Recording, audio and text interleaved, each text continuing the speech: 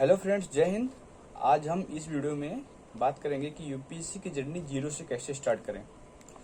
तो यूपीएससी की journey start करने से पहले आपको एक चीज़ ध्यान में रखना होगा कि आपको मेंटली प्रिपेयर्ड होना चाहिए कि मुझे यूपीएससी करना है तो करना ही है।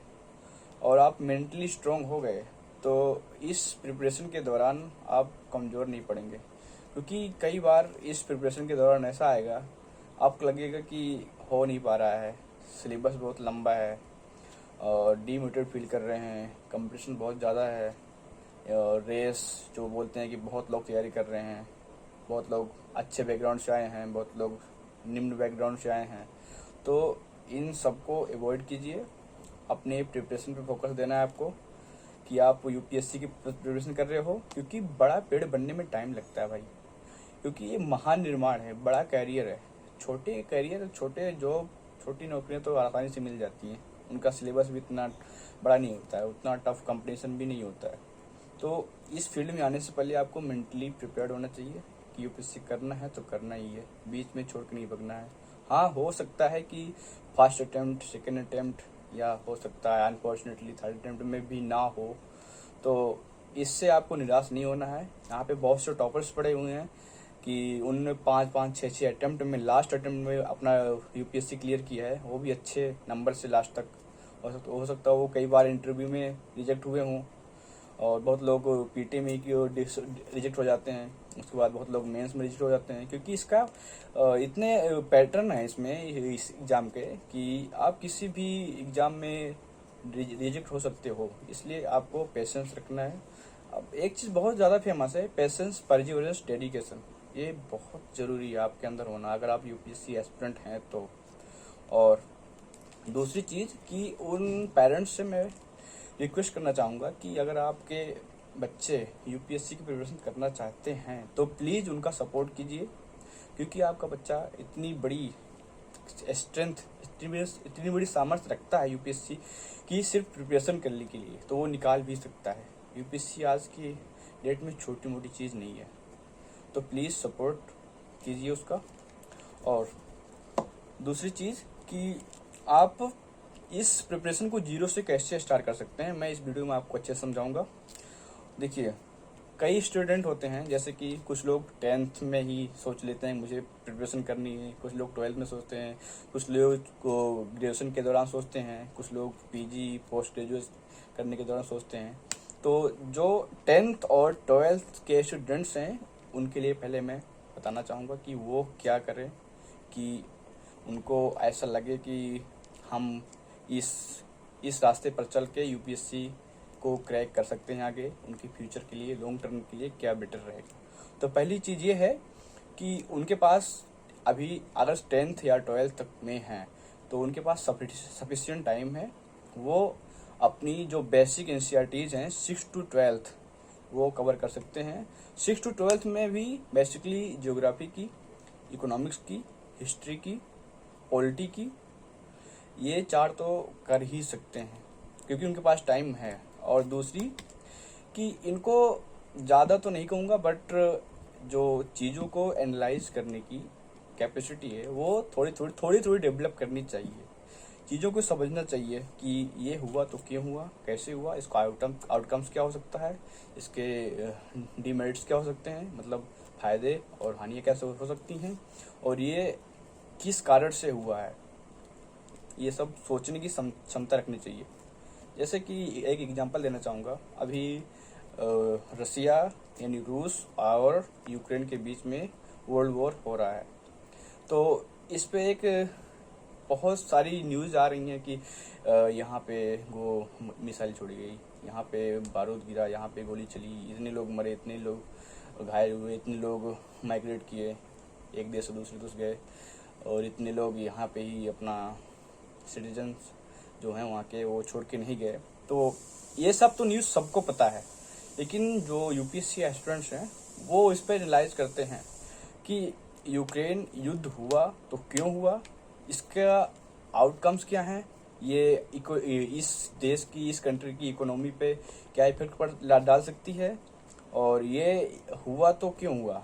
और जैसे कि यूक्रेन है, रसिया है, ये अपने बॉर्डर किन के साथ शेयर करता है, क्योंकि कंट्री है इसमें तो आ ही जाएगा। आप जैसे जैसे प्रिपरेशन करते जाएंगे आपके अंदर एक कैपेसिटी डेवलप होती भी है, और अगर आप प्रयास करते हैं तो वो ज़्यादा डेवलप होती है। इसी का तो कंपटीशन है ना, नहीं तो सब क्यों ना निकाल लें। तो ऐसे आपको सोचना है कि किसके साथ शेयर करता है, क्या रीजन था कि उनके दोनों के बीच युद्ध हुआ, रसिया क्यों इन पे अटैक किया, क्या चाहता है वो। और इसी तरह आपको सोचना पड़ेगा। और नेक्स्ट चीज़ कि आप कुछ इम्पोर्टेंट जो रेफरेंस बुक्स हैं जो यूपीएससी के लिए प्रेफर की जाती है वो आप ले सकते हैं, तो उनको आप परचेज कर सकते हैं। और अभी मैं बुक्स को बताऊंगा आगे। और आप यूट्यूब के जितने भी इंटरव्यूज़ हैं, मॉक इंटरव्यूज़ हैं, वो उसको आप देखिए, उससे आप थोड़ी सीख लीजिए, समझ अंडरस्टैंडिंग क्रिएट कीजिए, अपनी डेवलप कीजिए, ठीक। और आपके लिए एक अच्छा सोर्स है कि DKT यानी daily knowledge tracks.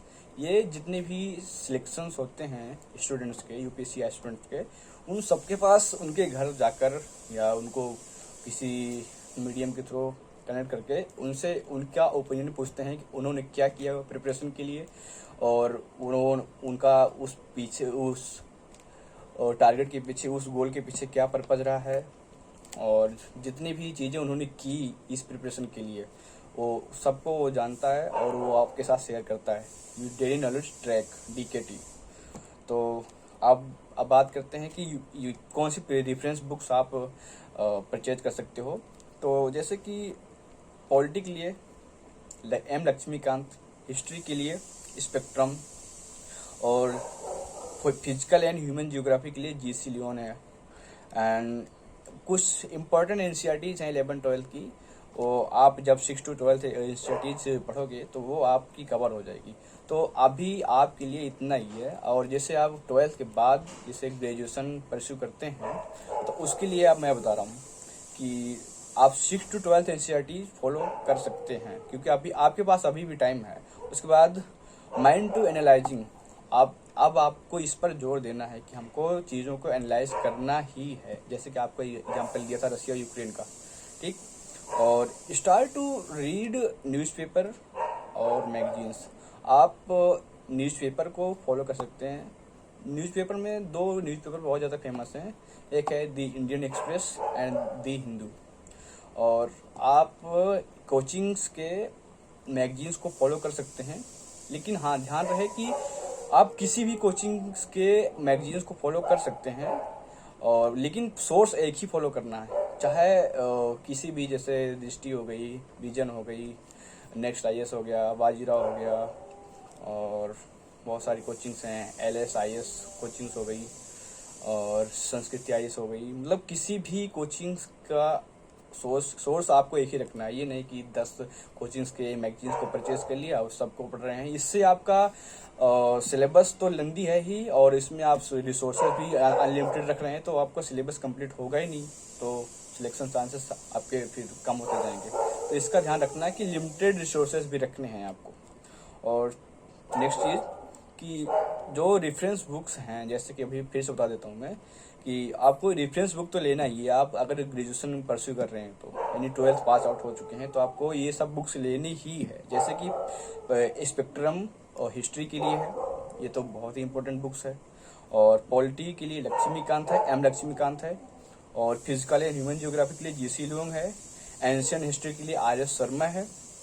Satish Chandra medieval history के लिए, बिपिन चंद्रा मॉडर्न हिस्ट्री के लिए, एंड एटलस। अब आप ग्रेजुएशन परस्यू कर रहे हैं तो आपको एटलस, जो एटलस आता है, ऑक्सफोर्ड एटलस आता है, एक आता है स्कूल आता है ऑक्सफोर्ड स्कूल एटलस, एक आता है ऑक्सफोर्ड स्टूडेंट एटलस। दोनों में से कोई सब ले सकते हैं। और इसको आप देखेंगे तो इसमें जितने भी पॉलिटिकल मैप्स हैं, जियोग्राफिकल मैप्स हैं, इनको आप इसको भी एनालाइज करना सीखिए। इसको भी मैप को देखिए, कौन सा प्लेस कहाँ पे है, कौन सा आइलैंड कहाँ पे है, कौन सा बे, गल्फ स्ट्रेट, चैनल्स कहाँ पे हैं, कौन से माउंटेन कहाँ पे हैं, कौन से रिवर्स कहाँ पे हैं, कौन से हिल्स कहाँ पे हैं। ये सब आप देखना स्टार्ट कर दीजिए अभी से, क्योंकि अगर आप ये अभी ग्रेजुएशन के दौरान आप अपनी प्रिपरेशन स्ट्रॉन्ग जितनी रखते हैं, आपके लिए उतना ही आगे बेटर हो सकता है, उतनी ही आपकी प्रिपरेशन स्ट्रॉन्ग हो सकती है। और आगे नेक्स्ट है कि और ज्योग्राफी के लिए एक बुक आती है माजिद हुसैन की, वो आप ले सकते हैं।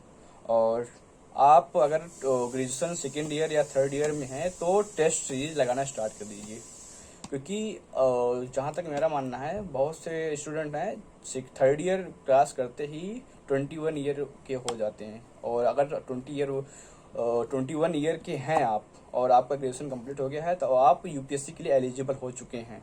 तो ये ध्यान रखना है आपको, ये सब चीज़ें आपको करनी है। और बहुत से एस्पिरेंट्स हैं जो सेल्फ स्टडी कर रहे हैं, उनके लिए मैं बताना चाहूँगा, ये कोई बताता नहीं, मैं आपको बता रहा हूँ। जैसे टेलीग्राम्स हो गए, वहाँ पे कई कोचिंगों के वीडियोस पड़े हुए हैं, वहाँ से आप इनको फॉलो कर सकते हैं। अन एकेडमी के बहुत से फ्री वीडियोस उनके ऐप्स पे भी पड़े हुए हैं और वो यूट्यूब चैनल पे भी पड़े हुए हैं फ्री, तो उनसे आप हेल्प ले सकते हैं। और यूट्यूब पे भी बहुत सारे कोचिंग्स के कुछ वीडियोस पड़े हुए हैं, वहाँ से आप हेल्प ले सकते हैं। और ये 3 चीज़ें आप कर सकते हैं। और आप एक वेबसाइट बता रहा हूँ आपको, PIB वेबसाइट, आप इसको फॉलो कर सकते हैं। न्यूज़ चैनल में संसद टीवी आप फॉलो कर सकते हैं। संसद टीवी के बाद NDTV आप फॉलो कर सकते हैं, BBC न्यूज़ फॉलो कर सकते हैं। बट संसद टीवी तो मेरे अकॉर्डिंग तो बहुत ही इंपॉर्टेंट है, 2 छोड़ सकते हैं, NDTV BBC, बट संसद टीवी बहुत ही इंपॉर्टेंट है। और जो लोग ग्रेजुएशन कर चुके हैं, जो पोस्ट ग्रेजुएशन कर रहे हैं और उनके दिमाग में ये ख्याल आ रहा है कि हमको यूपीएससी करना है, तो उनके लिए मैं बता रहा हूँ कि वो तो सबसे पहले सिलेबस देखें कि यूपीएससी का सिलेबस क्या है, और सिलेबस के अकॉर्डिंग उनको अपना स्ट्रेटजी बनानी है।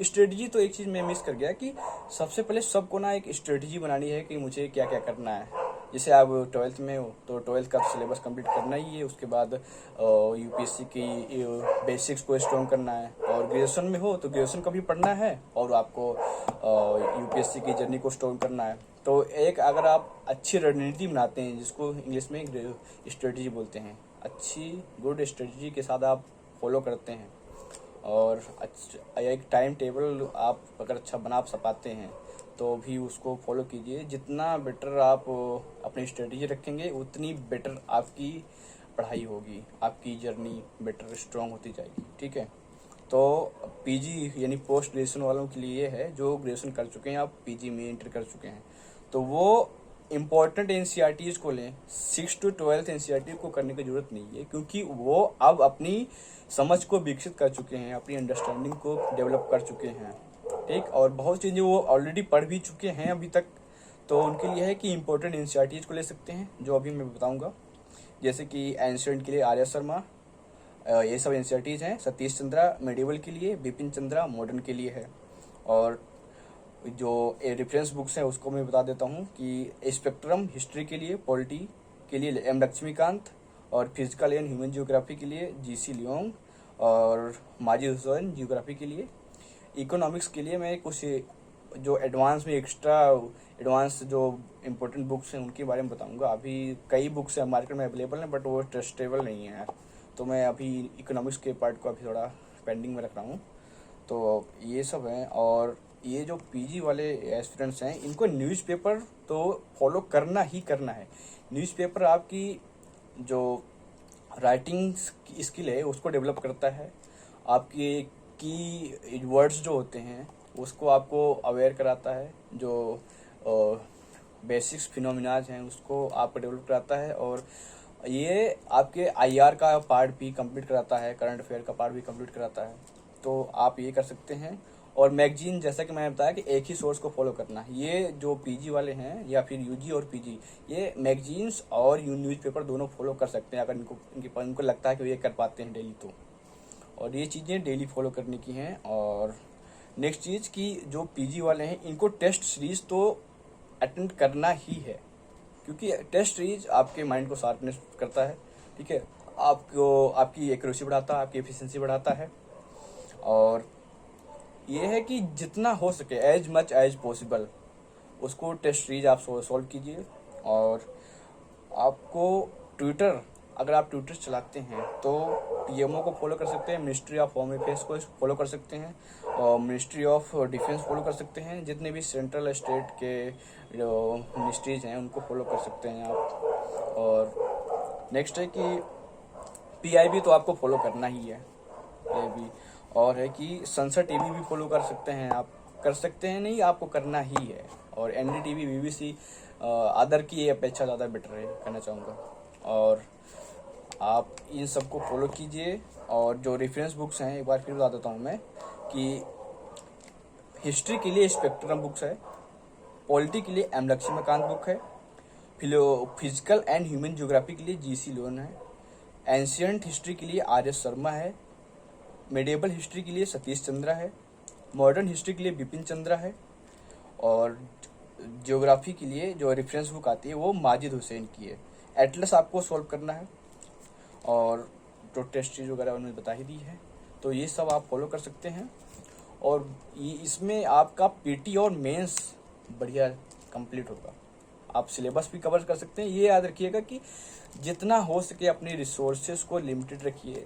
क्या होता है कि जब जो स्टूडेंट्स हैं 10th 12th और बिगिनर्स ऑफ यूजी यानी अनग्रेजुएट, जो अंडर ग्रेजुएट हैं, उनको लगता है कि हमारे पास अभी बुक्स है ही नहीं, तो वो क्या करते हैं कि मार्केट में बहुत लोग एडवाइस देने वाले होते हैं कि ये बुक्स ले लीजिए, ये बुक्स ले लीजिए, बहुत सारी तो MCQs प्रीवियस क्वेश्चंस ले लीजिए। प्रीवियस क्वेश्चन तो बेटर है, बट उसमें भी देखिए कि जो आप पीटी और मेंस के पॉइंट ऑफ व्यू से ले रहे हैं, जैसे मेंस में आंसर राइटिंग भी होती है, तो मेंस में ये होता है कि बहुत लोग ना ऑप्शनल के सब्जेक्ट की जो क्वेश्चंस होते हैं ना उसको भी एंट्री कर देते हैं, तो आपको लगता है कि बहुत टफ है, तो ऐसा नहीं है। जैसे मैपिंग में आता है कि जो ऑप्शनल का सब्जेक्ट है ज्योग्राफी वगैरह का, ऑप्शनल के क्वेश्चन को उसमें मेंस वाले क्वेश्चन में एंट्री कर देते हैं, तो उनसे बचना है आपको।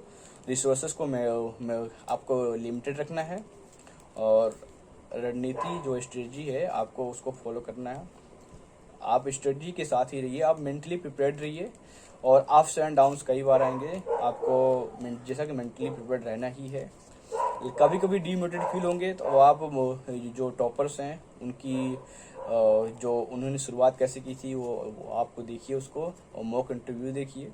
और जितनी भी सोशल मीडिया हैं, जैसे होगा इंस्टाग्राम होगा, फेसबुक होगा, इन सब से बहुत ज़्यादा बच के रहिए। ये चीज़ें टाइम टेकन है, आपका टाइम बहुत वेस्ट करेंगी। इन सब चीज़ों से आप बच के रहिए।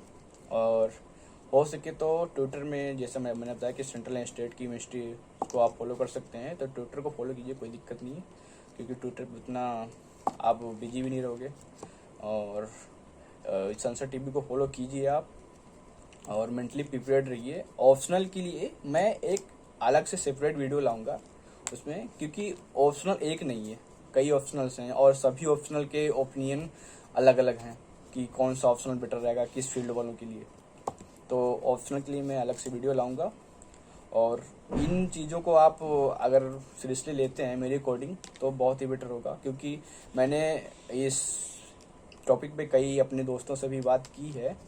और मैं आपको बता दूं कि जो रैंक 10th 2020 मिस्टर सत्यम गांधी, उनसे भी मैं मिला हूँ, मैंने उनसे बात की थी, और मेरी उनकी सेल्फी की फ़ोटोज़ भी हैं, बट मैं उसको अपलोड नहीं करना चाहता। उसकी कभी अपलोड करूँगा, कम्युनिटी पे पोस्ट करूँगा कभी। बस अपने प्रिपरेशन को स्ट्रांग रखिए, खुद मेंटली प्रिपेयर्ड रहिए। और हाँ, जब भी डीमोटिवेट फील हो, और तो ये सोचिए कि मैं ये प्रिपरेशन किस लिए करना चाहता हूँ, और मेरा टारगेट क्या है, मेरा जो रियल एम है वो किस लिए है, मैं इस फील्ड में क्यों आना चाहता हूँ, तो उसको आप ध्यान में रखिए। अगर वो पर्पज़ आपका क्लियर है कि आप क्यों बनना चाहते हैं, तो ये समझ लिए कि 50% मेंटली तो प्रिपेयर्ड आप हो ही गए हैं।